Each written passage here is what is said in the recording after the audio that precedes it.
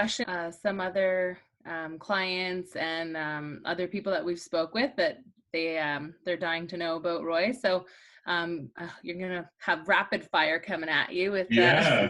And with I like to tell stories, so it's quite all right to fire away, and it's okay to cut me off when you feel you need to and say, okay, let's go to another question.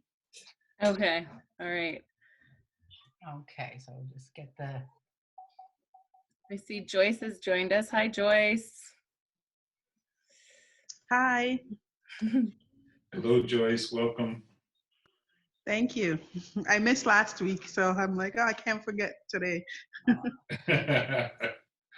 Okay, so we also may have, there's another guest that may be joining us that's out on the East End. I'm just going to bring Carlos in. So for everybody that is joining us right now, chiming in, we're just going to give a few minutes before we get started. We are streaming. There's a number of people that are very anxious to learn about what Roy's been doing these days. So just a few housekeeping rules, and just so you know who I am and facilitating.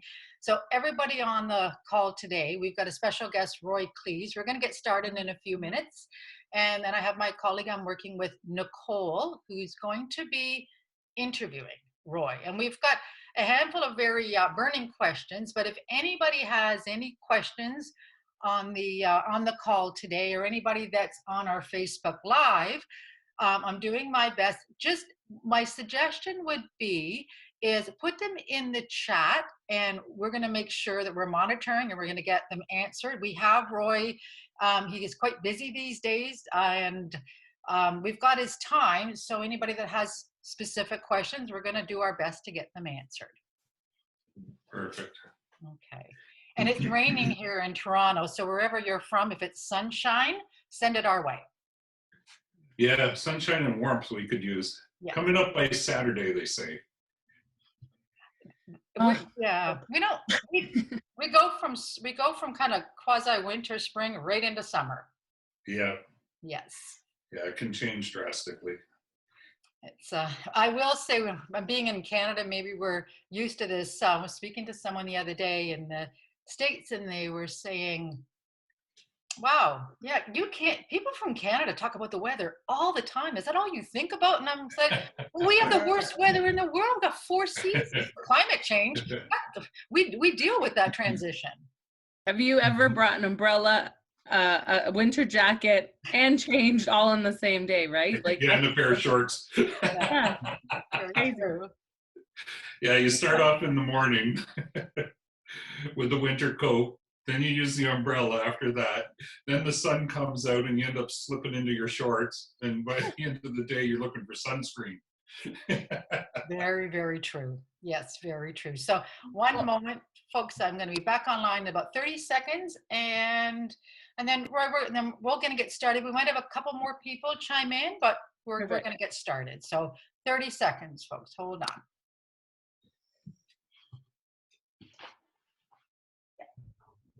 We're live. No, everything's good. I needed my glasses. Wonderful. I needed my glasses, but I left the clear ones in the car, so don't worry about my tints, okay? They are a prescription, okay? Oh, they look good. They look good, like big, like aviator glasses, like you're ready to go flying. Yes, you know? I want to go soaring with the accidental millionaire. Thanks. It's fun to soar with the eagles. Yes, you know? Even if it's by accident. Yes. All right, awesome. Well, that's like the story of the eagle chicken, chicklet, hanging around with the chickens, not realizing he's really an eagle, right? Yeah. Then one day he goes, hey, I can fly. These other birds can't fly. Exactly. Okay, so we just have a Luke joining us now. So I'm just going to monitor. So for everybody that's on the line, we are going to get started just in lieu of time. I'm going to say a couple quick words, and then I'm going to introduce our guest speaker and introduce our host that's going to be interviewing. So everybody that's online today, we are the CC Realty Show.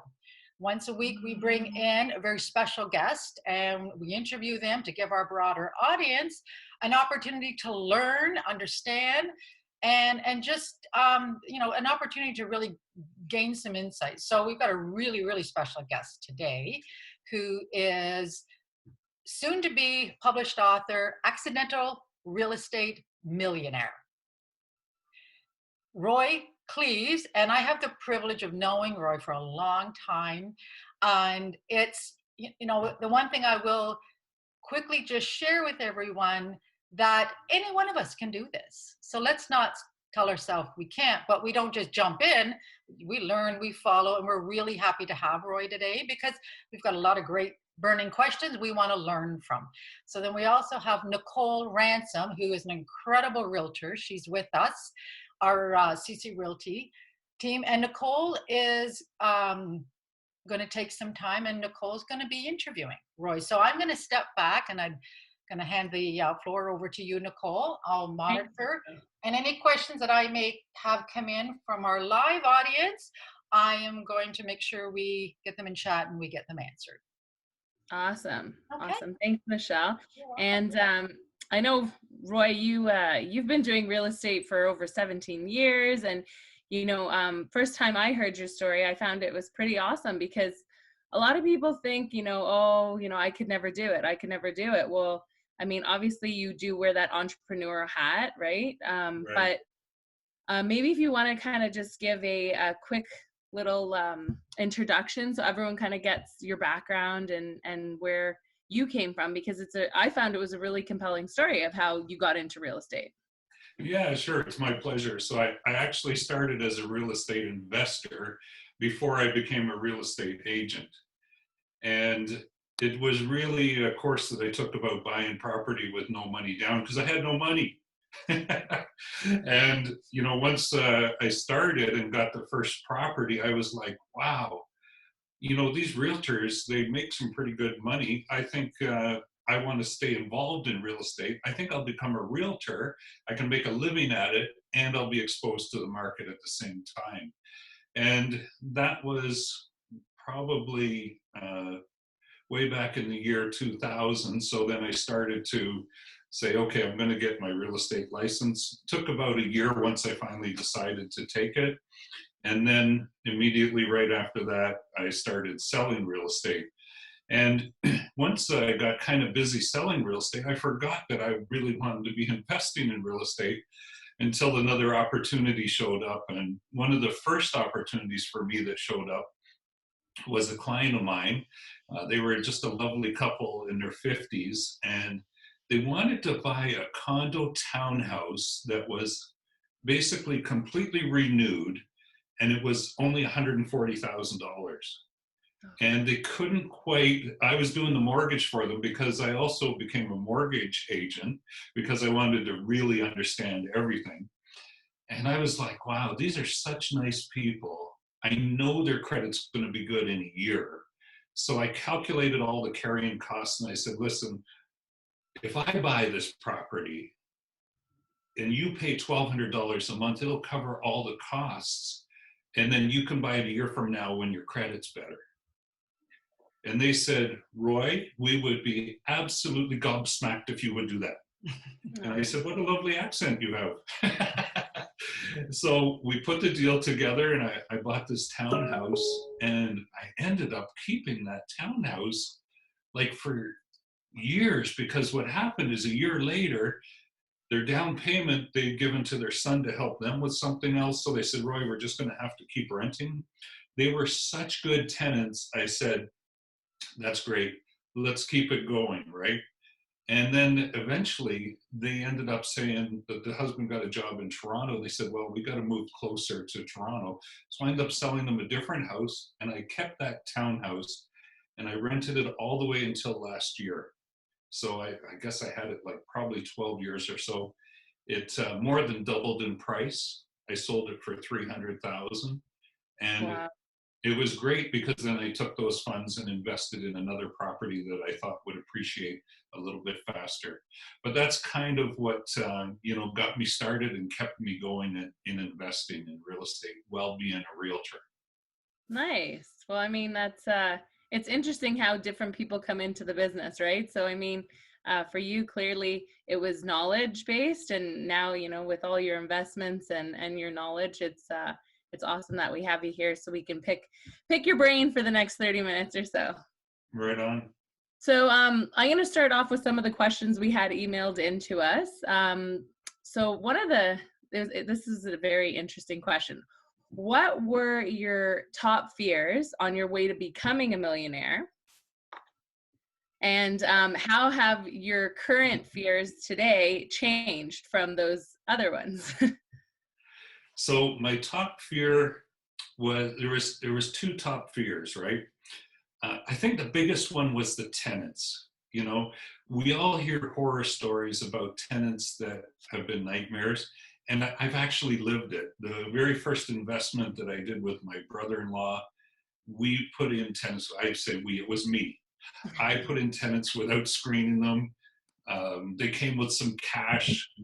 I wanted to make sure we could pay the mortgage. And that's a bad sign when they show up with cash. Another bad sign was as soon as I took his money and we signed the lease, he came around the corner with a U-Haul truck that was already packed. And I'm like, how did that happen? Like, were you rejected somewhere else? You know? Anyway, so tenants have always been the biggest fear because those tenants were bad. They ended up actually burning our place by cooking chicken wings at 4 o'clock in the morning and passing out because they were drinking, right? Then it catches fire, and we had a triplex together, and of course it goes through the other units, and it was a huge expense and a huge repair.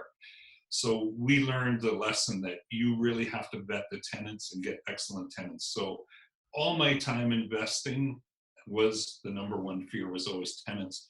The second fear back then was what would happen with the market, because even though I was a real estate agent and, you know, I'd get some information on what we anticipate happening with the market, you just never know what would happen with the market. So there was always some concern. What if the market goes down? Well, over time, I learned to overcome that fear, because the reality is when you're investing, if you're investing for cash flow and you're going to keep a property long term, it doesn't matter if the property goes up and comes down. Over time, it's proven it's generally going to go up in value. And even if it didn't, just hang on to it and keep the cash flow going, and it'll be a great investment for you. So my fears now have completely changed. My fear back then was getting, you know, a bad tenant, getting a house that might go down in value. My fear now is that I'll miss a deal, that you know, I won't hear about some opportunity that I should have purchased, right? Or I'll start down the road of something and I won't maybe have enough money to do it, and then I got to go find someone who will work with me to do it, right? Although that gets easier the longer you're in the business and the more I work with investors. So even that part's not as big of a fear, but the fear is missing a deal now. Right. Okay. Well, that's interesting because well, two things we can touch on there. The tenants.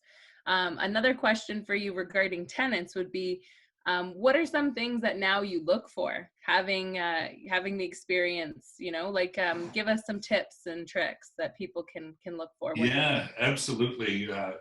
Now we even run a property management company, so we're used to vetting the tenants now.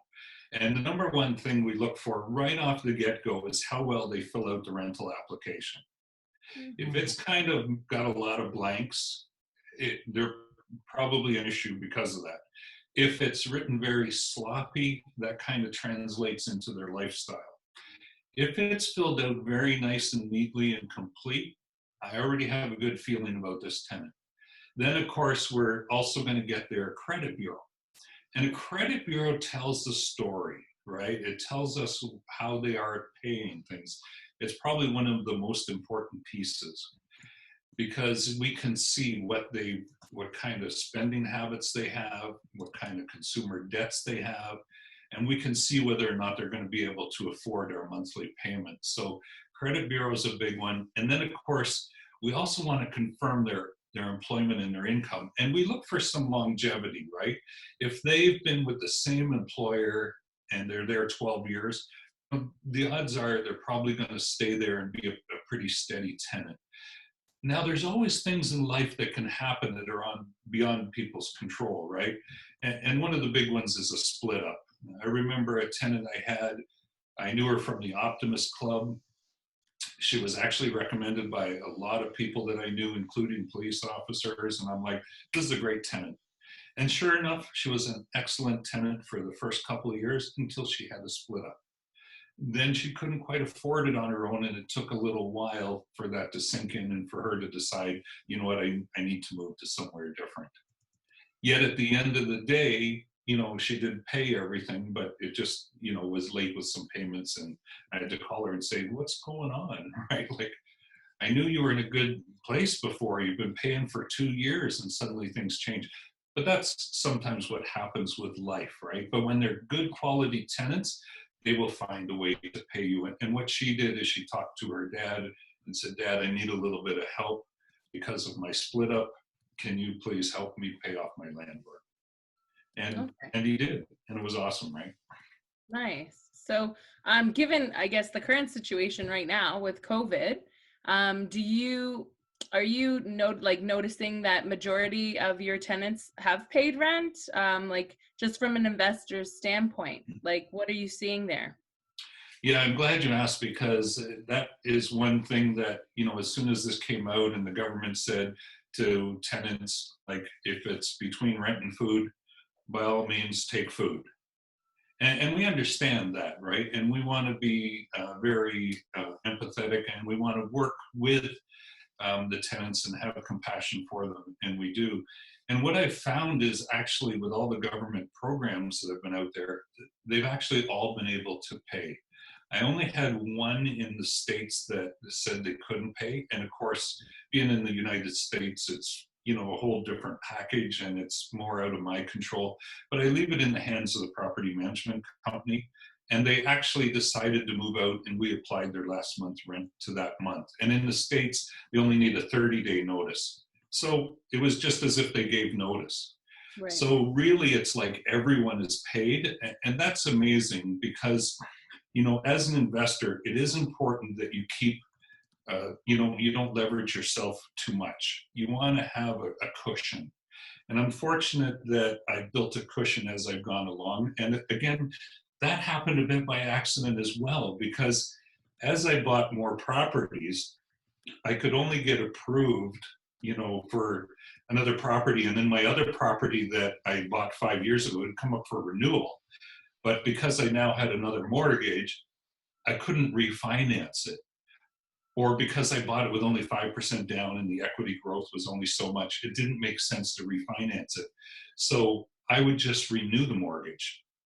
And what's happened is, over time, because a lot of the properties I own now, I've had for 10 years, well, they've doubled in price. So I now have that equity space and that comfort and a cushion that if some people didn't pay, I can run with that. And it's also because rents have gone up so much. Like, when I started buying, the townhouse would be maybe $1,100 to $1,200 a month for a 3-bedroom townhouse. Well, now I'm getting $2,000 for that same townhouse. So that's $800 more cash flow every month now than I got back then. And so that helps cover if maybe someone else didn't pay there as well. You know, I have some cash flow from this one. Pull from Peter to pay Paul if you have to, right? Yeah, but also I want to say, one of the things that also really helped me is the quality of the tenants. And again, that goes down to screening them. And it also goes down to the product that you're offering. If you're offering a low-end housing situation and you're going to end up with tenants with lower income, with lower monthly payments, they're more likely to have the issue to not pay. So most of my tenants have a higher income, and they can continue to pay because they have those types of jobs and that type of skill where they're able to continue paying. And it's because of the quality of the tenant. They have the stability that's there to make the payments, right? Yeah. Okay, so I'm gonna try to play catch up here because there's a lot of questions coming in. So Sure. give me a sec. I'm gonna answer actually from a question from our Facebook community. Rent to owns. A lot of realtors kind of give rent to owns a bad name. what does a legitimate rent-to-own deal look like? And how do you feel about rent-to-owns? So rent-owns were another way that I really got started in the business. And again, it was by accident. We were selling a house for the parents of a gentleman named Thomas Wong. And Thomas Wong is who we dealt with because his parents spoke more Chinese than English. And so Thomas said to me one day, Roy, you know, I do these rent-to-owns, let me explain them to you. And I'm always open for learning and more information. So he explained it and I immediately invested. And I only invested $4,000 because the way he would do a rent-to-own is he would package people together, a group of investors to own the property, and then we'd rent it to the tenant and the tenant would buy it 3 years later. So once that was like successful, I'm like, well, we should do more of these because it's a win-win situation. We're helping the tenant get into a property, and rent-to-own is really meant for someone who makes enough money that they could go and buy a house right now if they could get a mortgage. And generally they can't get a mortgage because they either have poor credit from something that happened in the past that is not going to happen again, as far as we know, or they don't quite have enough down payment, and rent-to-own will help them save more down payment. Because with rent-to-own, you can put less than 5% down. We can do it probably with about 3% down. So rent-to-owns, it is important that you have, you know, a quality person that's putting the rent-to-own together and a quality investor that's holding the property. Because if the investor goes bankrupt, then the money that's kind of built up by the rent-to-own tenant kind of disappears with that owner that went bankrupt, right? And the house would get sold, etc. So you want to have a quality investor that you know is going to be able to continue to pay the rent, like to pay the mortgage rather. And you want to have a quality tenant that you know is going to make enough money, they'll continue to pay the rent. And really what it is, Nicole, is they pay the rent plus a little bit extra each month. And that extra each month is designed to help them have their down payment in line when they go to buy it 3 years later. So that's the whole idea of rent-to-own. And the way we structure it is we'll have one investor that owns the property. Sometimes more investors will bring cash. Sometimes that one investor says, I'll do the whole deal. And they're going to charge what it costs them. Generally, the going rent will kind of cover all their costs to carry the property. And then that rent-to-own tenant will pay them a price that's escalated by 5% per year cumulatively for the 3 years. So in the end, they're going to pay about, you know, 16.5% more than the price today. And that can be a very good deal because a lot of the people that we helped do rent-to-owns in 2015, 2016, 2017, our market here in Kitchener went up 16% in 2016. 2017, at the beginning of the year, went up 40%. By the end of the year, it was up 25%. And so those kind of increases were in favor of the tenant, right?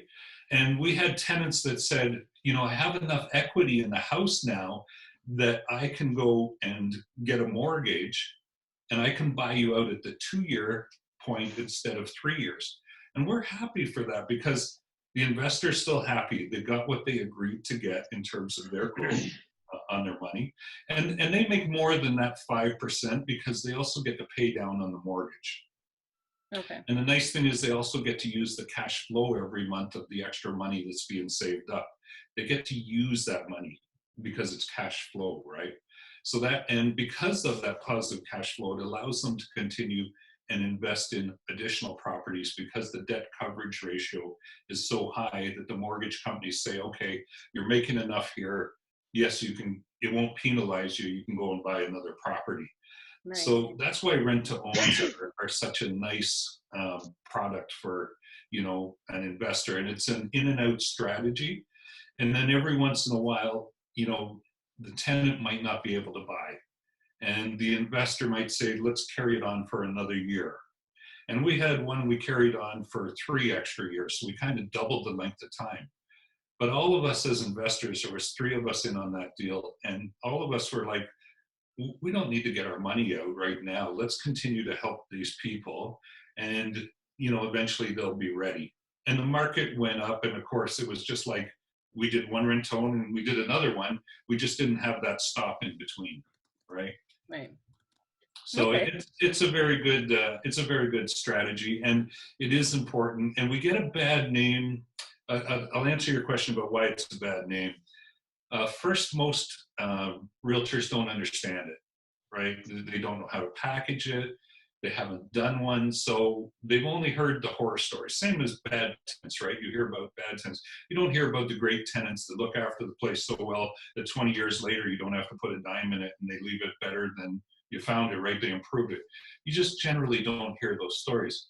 So it's the same with rent to own. You don't hear a lot of our great success stories, but you'll hear about someone who's not a licensed realtor, who's not a licensed mortgage broker, who is just an investor on their own and maybe not as doesn't have the same morals that they should have, and they don't help that tenant out. They don't make it a win-win. And I've had rent-to-own tenants come to me and say, you know what, we started this rent-to-own, the house is terrible, the landlord won't fix it, and we want out of the deal. And when they do get out of the deal, the landlord doesn't help them out, right?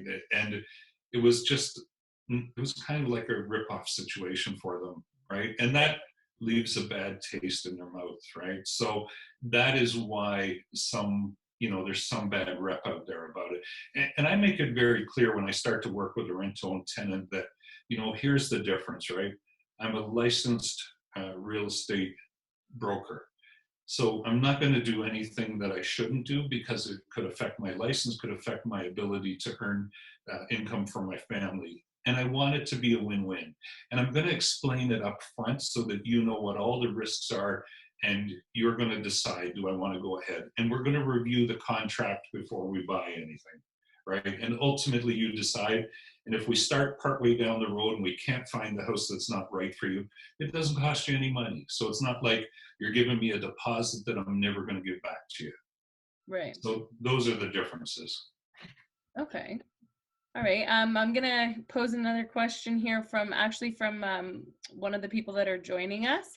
They'd like to know if you have any children that are older, if you've managed to get them involved into real estate, into the real estate world, like whether it be purchasing investment properties or maybe if they're going to get their license.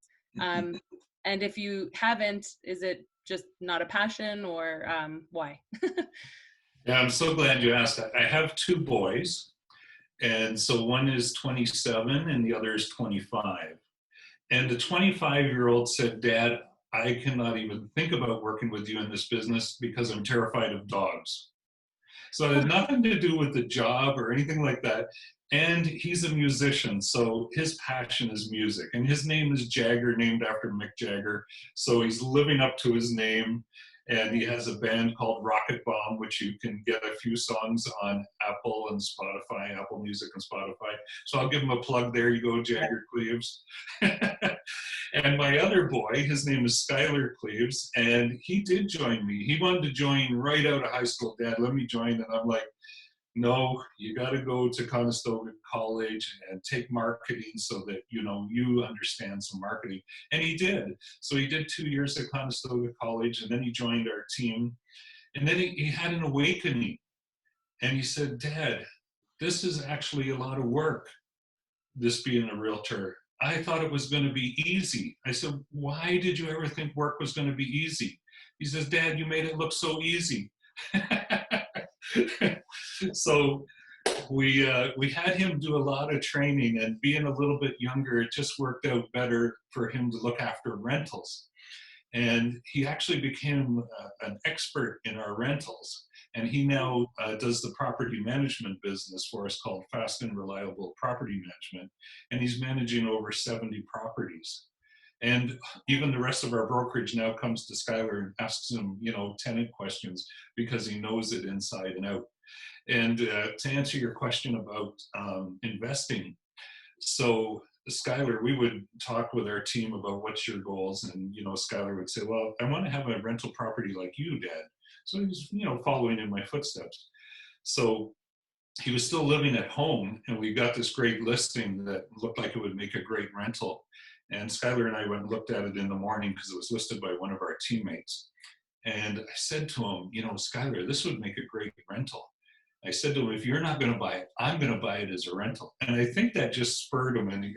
I showed him how it would make him $1,600 a month between mortgage pay down, appreciation, cash flow. So some of it is cash flow that you see now, but a lot of it is money you'll see later, right?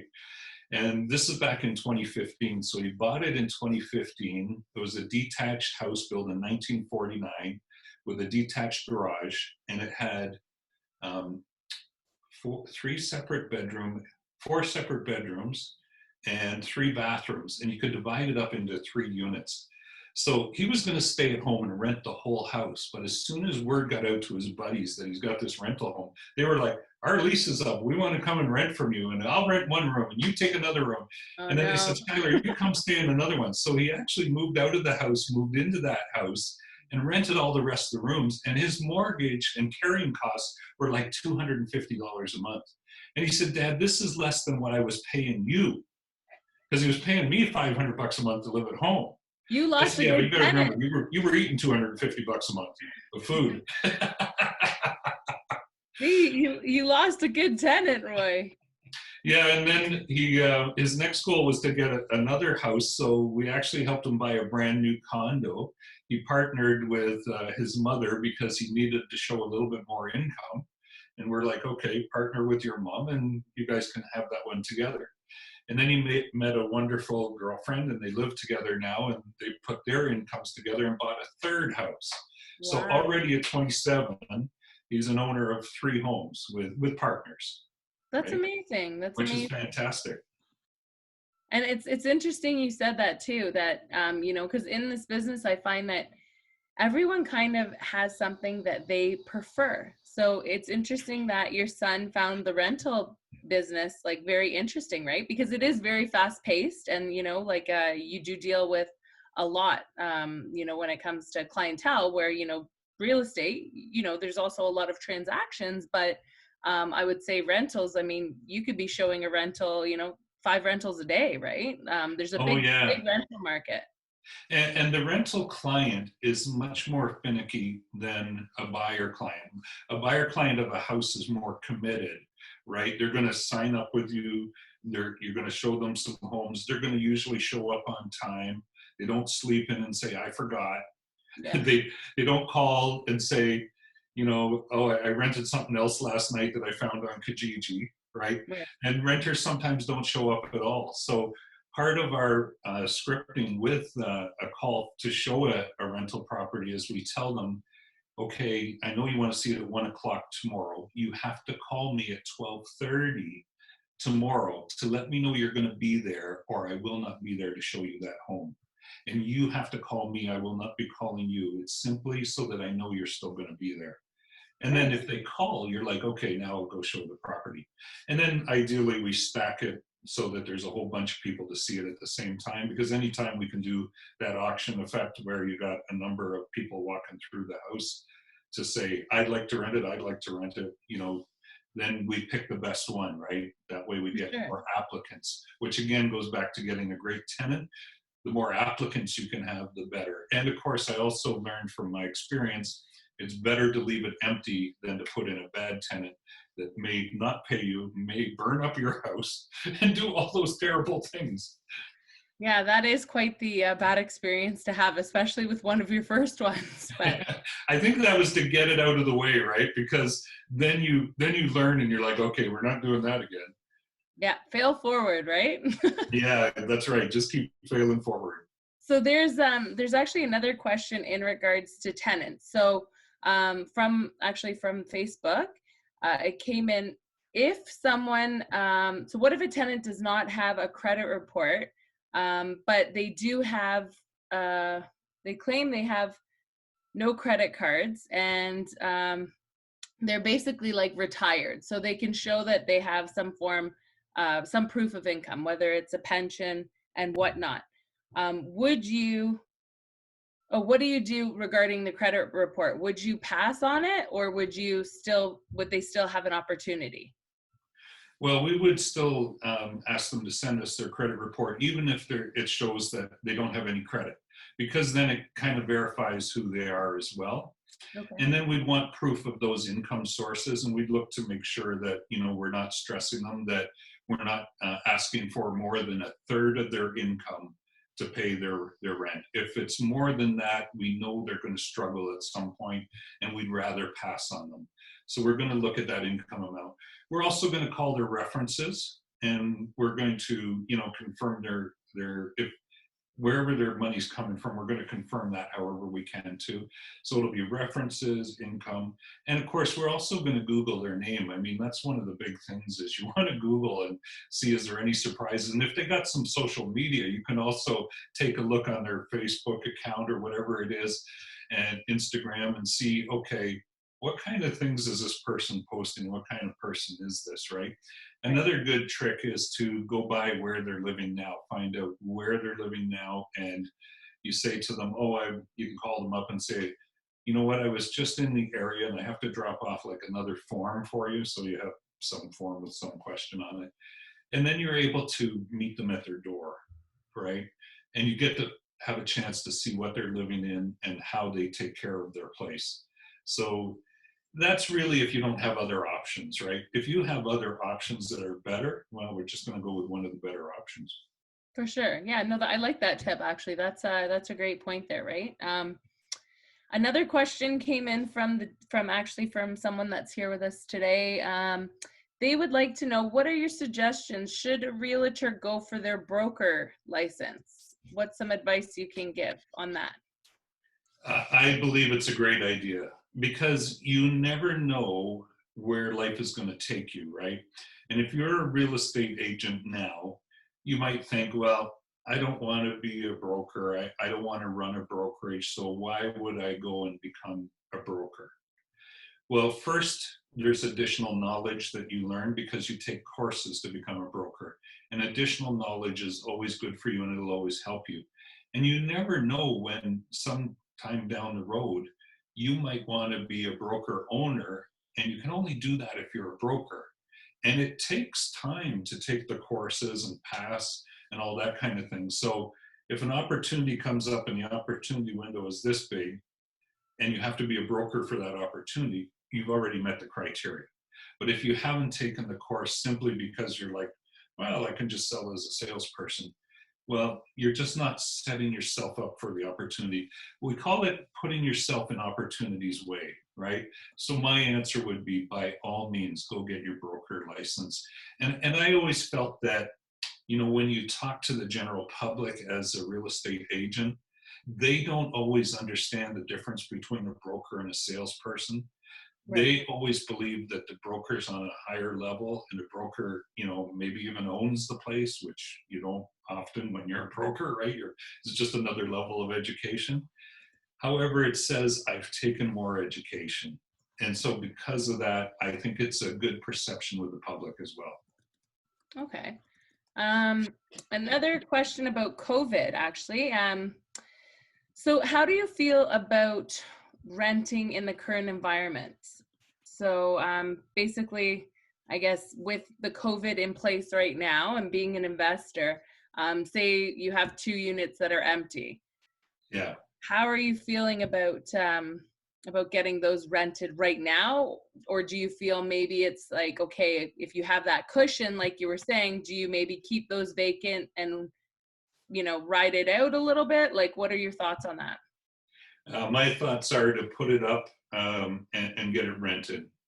Okay. Because, you know, you're still going to decide whether or not you like the tenant.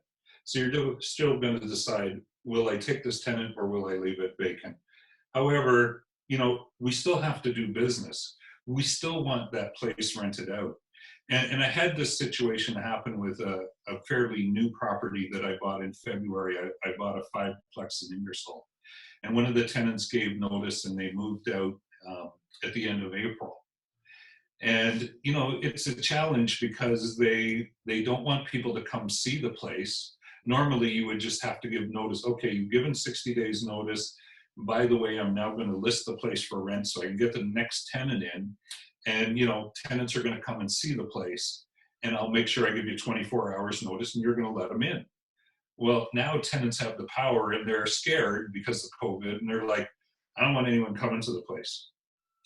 Okay, so what we had to do with this one, because that's what she said, and I respect those fears. I'm not going to force anyone to, go and let someone into their place when they're afraid that they could contract a disease from it. No. So I said, okay, take photos, send them to us, because I didn't have any photos because I only just bought it, and the listing of it didn't really have interior photos, and I didn't get to take any yet because it just closed in February.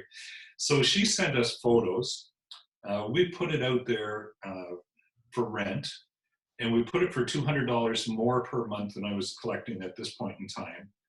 And sure enough, one of my clients says, well, his brother just moved here from New Brunswick, and he's looking for a place to live, and he wants to live in Ingersoll. Wow. Because his brother lives in Ingersoll, and his brother's on a rent to own with us. And I'm like, okay, well, I still haven't filled out the application. I still check out his credit bureau. I check everything out. And he didn't have too many references other than his brother and his mother. And his mother, I have her house listed for sale. So I'm like, okay, I'm going to call both of them, because even when it's family, they'll often tell you the truth. I've had where I called like a mother and she said, no, you're better not to rent to them, and I'm like, okay, thanks. And then I don't rent to them. But in this case, they said, yeah, no, he's going to be very responsible, and here's the situation. And, overall, I really didn't have any other applicants. So it came down to that question, do I leave it empty or do I take this client? Well, the odds were in the favor, so I'm going to take this client. And so far, it's been great. Right. But Okay. definitely more challenges under COVID-19.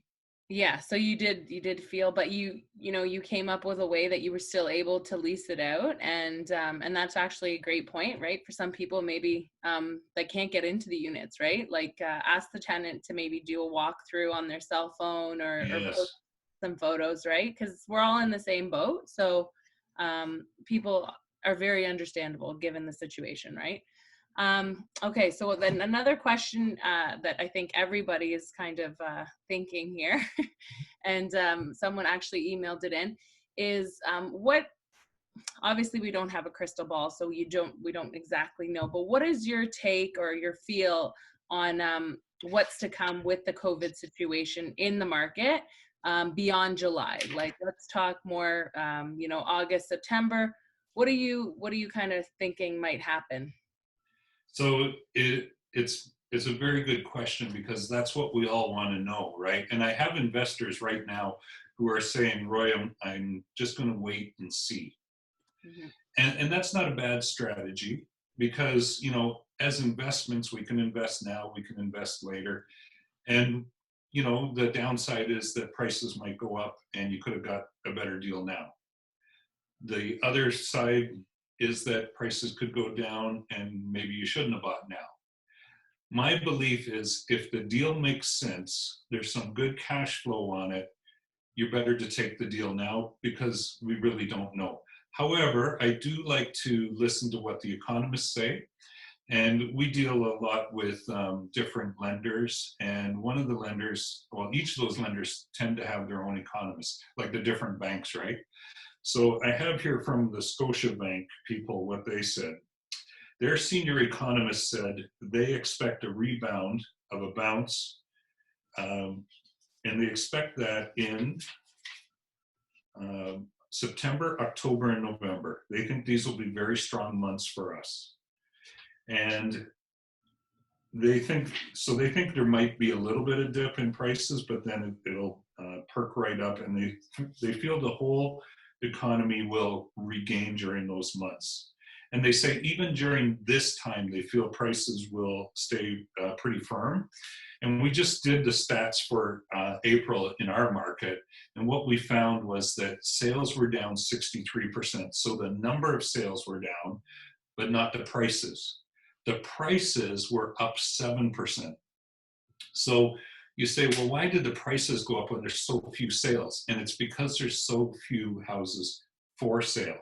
It's the supply and demand. And that's what the economist said. The economist said the reason these prices are going to stay firm, relatively firm, you know, a little bit of wobble, but relatively firm, is simply because of the fact that supply and demand retreated at the same level. So it'll be interesting to see when things are freed up if they rise at the same level. Do the number of buyers rise with the number of sellers? If we get a lot more sellers, that'll make prices come down, right? If we get a lot more buyers and the inventory is still not coming up, prices are going to continue to rise. Right. So it's monitoring that V shape or the U. We're not sure exactly how exactly it's going to go, but I mean that's a great point there, because we've seen the same where we are. You know, less sales, but prices are staying strong. So to me, I think it's still a great market. But another question, I'm going to go on here because we're running tight on time. So many questions. This is a good show. I like this one. Another one is question from JR actually. Does it matter which product you first start with when you're looking to get into the market as an investor? So like new construction versus say resale. Yeah. Do you have I any feel you should start with recommendations? whatever you feel you're most comfortable with. And that's kind of hard to tell, right? However, let's say you're more comfortable with something that makes cash flow, and it depends how much money you have to play with. If you have enough money that you could buy a multiplex, like a triplex, something like that, and it'll give you more cash flow than a single family home, that's a good way to start. If you only have a limited amount to start with, maybe you're just going to buy one single family home, but look for something that you can improve upon. So a lot of times, one of my best cash flowing properties is a bungalow where I made the basement into a second unit. And it's amazing how much each unit rents, the same as some of my other homes. So I've got like 2 homes in one. So I only paid one price, but got 2 homes. I had to invest a little bit to finish the basement, but not as much as buying another whole property. So anytime you can take a property and increase its value, it's going to be more valuable to you. It's also very good to buy those brand new units that are coming online, because they're going to be often 2 or 3 years before they're built, especially I'm thinking these condos now. Right. They're building a high rise. It just takes that long to build it. You're buying at today's price. Statistically, prices should go up over time. And as they do during that time, you're still locked in at this price and you've only put a little deposit. And a lot of these ones, they're happy to have investors and they will allow you to assign the property. So now you've got options. So when it gets closer to the closing time, you can say, you know what, I'll assign this sale and I'll just take some profit because it went up $50,000 in value. Or you can say, you know what, I bought it at this much. I can now finance it based on the higher rate. You still have to close with probably a line of credit or something, because you know the lenders will only lend on the lower amount of what you paid or what it's worth. So if you, that's when you're first buying it. But if you buy it and a month later you go, okay, and you paid either cash or you paid with a line of credit, now you go to get a mortgage on it, they're going to base it on value. And if that value's gone up, now you can recoup and get most of your money back and let the bank own it. So that way it's become like a free property. So anytime you can structure something like that where, you know, the cash, like the tenant's going to pay enough money that it's going to cash flow or at least break even, and you can have as little money in it as possible, that's a good deal. Because the more you can leverage, the more money you have left over to go buy another property. Okay. Another question, because you do have investments in the States. The question was U.S. property versus Canadian real estate. Do you have a preference, one over the other? And how did you originally get started in the U.S. Market? Okay, so I'll answer first how I got started in the US market, because that's kind of what made me get in there. So I was always taking the kids down to Florida. We really enjoyed hanging out in Orlando at some of the resorts there. And so we went many years in a row, 6 years in a row, we'd go there. And I would be looking around at real estate because that's what's in me, right? I'm all about real estate. And, a nice bungalow there was probably, 250 to 300,000 at the time. This is back in 2008, 2007. And I thought I'd like to buy one of those because sometime in the future, I'd like to take the winters off and I'll go to a place that I own in Florida. So then, of course, what happens is, while I'm thinking about this, the crash in the States happens in 2008. And all of a sudden, prices are coming down, and I'm watching them, and they're coming down, they're coming down. And at the end of the year in 2009, I went again to Florida, and I called a realtor there, and I started looking with that realtor, looking seriously. And I saw a lot of properties, and they were all around between 80,000 to 100,000 US, and the dollar was even. So I thought, well, the land's got to be worth like 50,000 at least. Well, it wasn't. It's a totally different market that I didn't understand. But that gave me comfort to go ahead and buy a property. So when I came back to Canada, he sent me a property that was built in 2005. And remember, this is 2009. So it was only 4 years old. So a much newer property. It was only 80,000. It was what they call a bank sale, REO, right? Real estate owned by a bank. And I was like, okay, it looks good. It was the kind of place I could see myself being quarantined in. So I'm like, let's do the offer. So they do up the offer. I didn't even have to send a deposit. He did up the offer. He sent in the home inspector. He sent in his property management people to tell me what it could rent for. And back then it could rent for, I think, $800 a month. And I said, you know what? This will cash flow. It makes sense. I have enough funds. I'm going to buy it. So I bought it without ever being in it, without ever being in front of it. I bought it on the faith of my realtor, the property manager, and the home inspector. And I still own that property today. And then each year I bought one more, and they were each 80,000. So they're great. I wish I could have bought more, but because I was paying cash and not working on a mortgage, just because mortgages were tough with all the other mortgages I already had. So I got 3 of them, and now they're all paying me $13.50 a month, and it's US dollars that's worth 1.4 our Canadian dollar. And so the cash flow on them is just wonderful. The drawback is, you do have to pay some US taxes. So you got to do another US tax return and pay some taxes. I do like that, the amount of money that I paid for that was the same amount of money if I was buying something here and had to put 20% down. It was the same money. So for the same money, I could have the house and own it, or I could just have my down payment on one here. So and I also like that it was property managed, because back at that time, we hadn't started a property management company yet. So I was still looking after my own properties. This way they looked after it. And, if there was an issue with the tenant, they just handled it for me. And that's kind of what made me decide we should get property management, and we might as well run it ourselves, right? Yeah, no, that's amazing. Get Skylar to handle that. So there's advantages, and I think there's going to be opportunities in the States. You see, that even though we're in this globally with COVID-19, the housing market in the States, I believe, will be different than the housing market in Canada. And a big part of it is so many people react differently there. They don't have as much of a long-term view. And historically, their housing market is up and down a lot more. So they kind of go, oh, here we go again. And the housing market, because of that fear, people will sell, and I think it'll drive the prices down. So I think we'll see better deals in the States. So, stay tuned and look for an opportunity in the States, and make it somewhere that you like and maybe know, right? Remember, I went to that place for 6 years in a row before I bought there. So I feel that I know that place, and I had even alternate plans for it, that, maybe I'll live in one of those houses one day.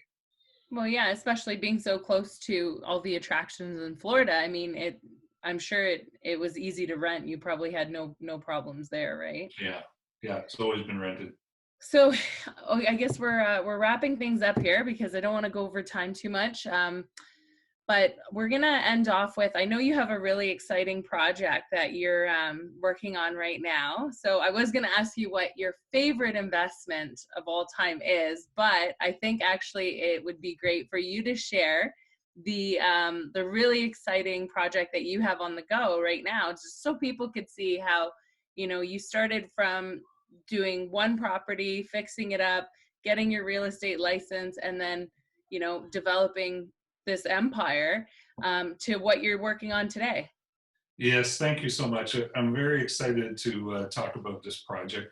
And again, it basically came to me by accident, right? So a good friend of mine who's also working with me in real estate is Benjamin May. And Benjamin had a project going on in Nova Scotia, Liverpool, Nova Scotia. He was building a 12-plex. And I said to him, that's fantastic. Like, you are the builder? He says, yeah, well, I'm not the actual builder, but I'm working with a builder there.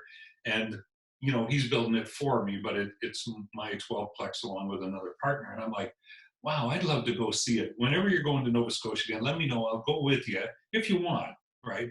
You have to be in agreement. I'll go with you, and I'd love to have a look at it. Just that kind of positive reinforcement working with them. We go and look at that one. He introduces me to another builder in Nova Scotia, in Halifax, that he's already talking with, that he wants to do the same thing with. And he says, Roy, why don't you partner with me on that one? So again, I'm like, oh, accident, here we come. It's a good accident. So we calculate what it takes to build 2 sixplexes. And, our purchase price, I forget exactly what it was, but we calculated we're going to need about $525,000 down payment. And that's why when we go to purchase it after it's built, and that's why Ben said to me, can you come in with me? Because, I'm only going to have about half of that. You can bring the other half. And I'm like, sure, it'd be great. And as we talked to the builder there, he says, you know what? It's actually easier for you to get a construction mortgage than it is to get a mortgage after I build it. So why don't you be the construction company? You get the mortgage, you pay me, I'll still build it. And that will work out way better. And we're like, okay. So now all we had to put in for money was the money to buy the land, which it was cheaper in Nova Scotia. Which again, yeah, and it's cheaper in Nova Scotia. I think it was $85,000 a lot. We had to buy 2 lots, so $85,000 each instead of $275,000 each, and we're good to go. And we have the builder out there now building it. And the interesting thing is when you sit face to face and you're talking plans and we're looking at drawings and we're talking about how we're going to build these sixplexes and how they're going to build them. And we said, we're trying to decide, should we sink it 4 feet into the ground or should we put it on slab? And ultimately, the builder says, you know what, if you put it 4 feet in the ground, we can actually make it an 8-plex because we have a height restriction, but putting it lower, we can still get another unit. Well, we know each unit is appraised at $205,000. And if we get 2 more units, he said that'll only cost you somewhere between $50,000 to $75,000 to build those because it's just 2 more boxes on top of the boxes, right? And we're like, wow, so we can up the value of each 8-plex by $410,000 for like $75,000. Hello, let's do it, right? So now we're going to build 2 8-plexes. So we got the appraisal done, and the appraisal comes in that each 8-plex is worth $1,520,000. So based on that, they give us the mortgages. And based on what we anticipate our expenses to be, it should cost us $1 million to build. So again, here's an opportunity where we're creating value because it's going to be worth more when we're done by taking raw land, turning it into an 8-plex. And for that, we'll be able to refinance it with, a regular lender instead of a private lender.